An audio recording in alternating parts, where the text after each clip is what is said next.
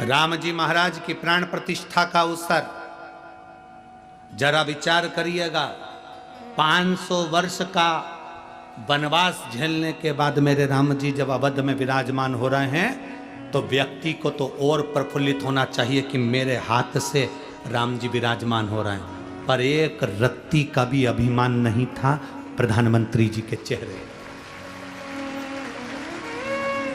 उनके सामने की प्रथम पंक्ति में हम बैठे हुए थे, वहीं सामने हम देख रहे थे, एक रत्ती मात्र का अभिमान नहीं, एक रत्ती मात्र की अभिमतता नहीं।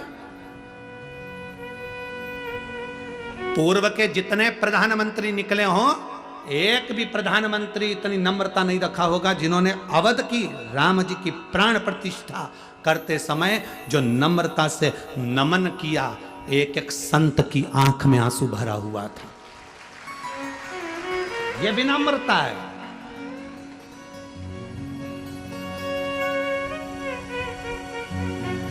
और बहुत जरूरी है, अगर आप व्यक्ति, अगर कोई सेलिब्रिटी है ना, व्यक्ति बहुत आगे बढ़ा हुआ है ना, व्यक्ति को लोग बहुत मानते हैं ना, तो उसमें नम्रता होना जरूरी है। अगर किसी सेलिब्रिटी में, किसी मानने वाले व्यक्ति को जिसमें बहुत गौरव है, बहुत प्रतिष्ठा है, बहुत वैभव है, उसमें अगर नम्रता नहीं है तो वो शून्य के बराबर है, जीरो के बराबर है। धन्यवाद दूंगा मैं माननीय प्रधानमंत्री नरेंद्र जी मोदी जी को, बहुत बहुत साधुवाद। आपकी विनम्रता, आपकी नम्रता और आपके निर्णय, ये भारत सनातन धर्म की ओर बढ़ रहा है और एक दिन विश्व गुरु भी होकर रहेगा वापिस, ये पक्का।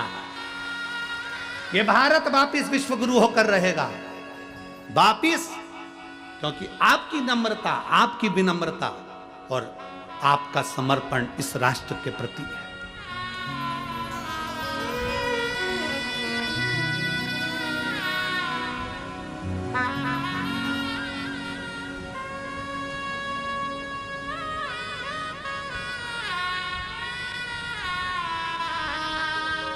एक व्यक्ति ने मैसेज लिखा, आश्रम पर भेजा कि गुरुजी से पूछना है कि मोदी जी वहाँ से काशी के मंदिर का विस्तार करे और वहाँ पर लोकार्पण कर कर वहाँ बहुत विशाल काशी का मंदिर बनाया, उसके बाद उज्जैन का, फिर पावागढ़ का, फिर केदार का, उसके बाद पहुंच गए राम जी के मंदिर में। तो शंकर जी से शुरुआत क्यों करी? हम कहना चाहेंगे शिव जी से शुरुआत इसलिए करी क्योंकि शंकर भगवान के हाथ में डमरू भी वो बजाते हैं और तांडव भी वो रचाते हैं। या तो तुम डमरू से समझ जाओ, नहीं तो तांडव से समझा ना जानते। दो चीजें निश्चित है। आपका प्रबल विश्वास, आपकी दृढ़ता होना चाहिए, भरोसा होना चाहिए। आप जितने बड़े बड़े बनते जाओ, जितने बड़े सेलिब्रिटी बनते जाओ, जितने उन्नति पर चढ़ते जाओ, जितनी जितनी तरक्की करते जाओ, उतनी उतनी नम्रता तुम्हारे भीतर होना चाहिए। अगर तुम में नम्रता नहीं है तो वो किसी काम के नहीं, शून्य है, वो शून्य।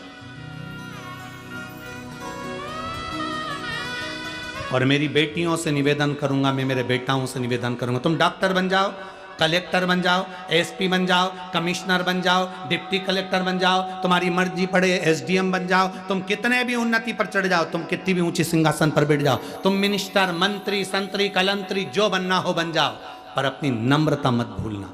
अपनी विनम्रता रखोगे तो एक दिन तुम ऊंचे सिंहासन पर जाकर जरूर बैठोगे। विनम्रता होना चाहिए। रावण, लंकाधिपति रावण के पास सोने की लंका थी, रावण के पास में सारा वैभव था, रावण के पास में पूरा कुल था, रावण के पास में पूरा वंश था, सब कुछ था लंकाधिपति रावण के पास में, पर विनम्रता नहीं थी, नम्रता नहीं थी। खुद सिंहासन पर बैठा था, हनुमान जी को जमीन पर बिठाना चाहता था, पर हनुमान तो हनुमान है, ऊंच की सिंहासन बना के उस पे बैठे थे। हनुमान तो हनुमान, विनम्रता हो।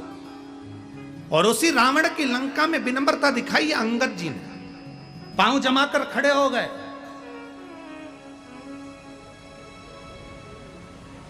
पांव जमाकर खड़े थे अंगद। एक व्यक्ति ने इस पे भी प्रश्न किया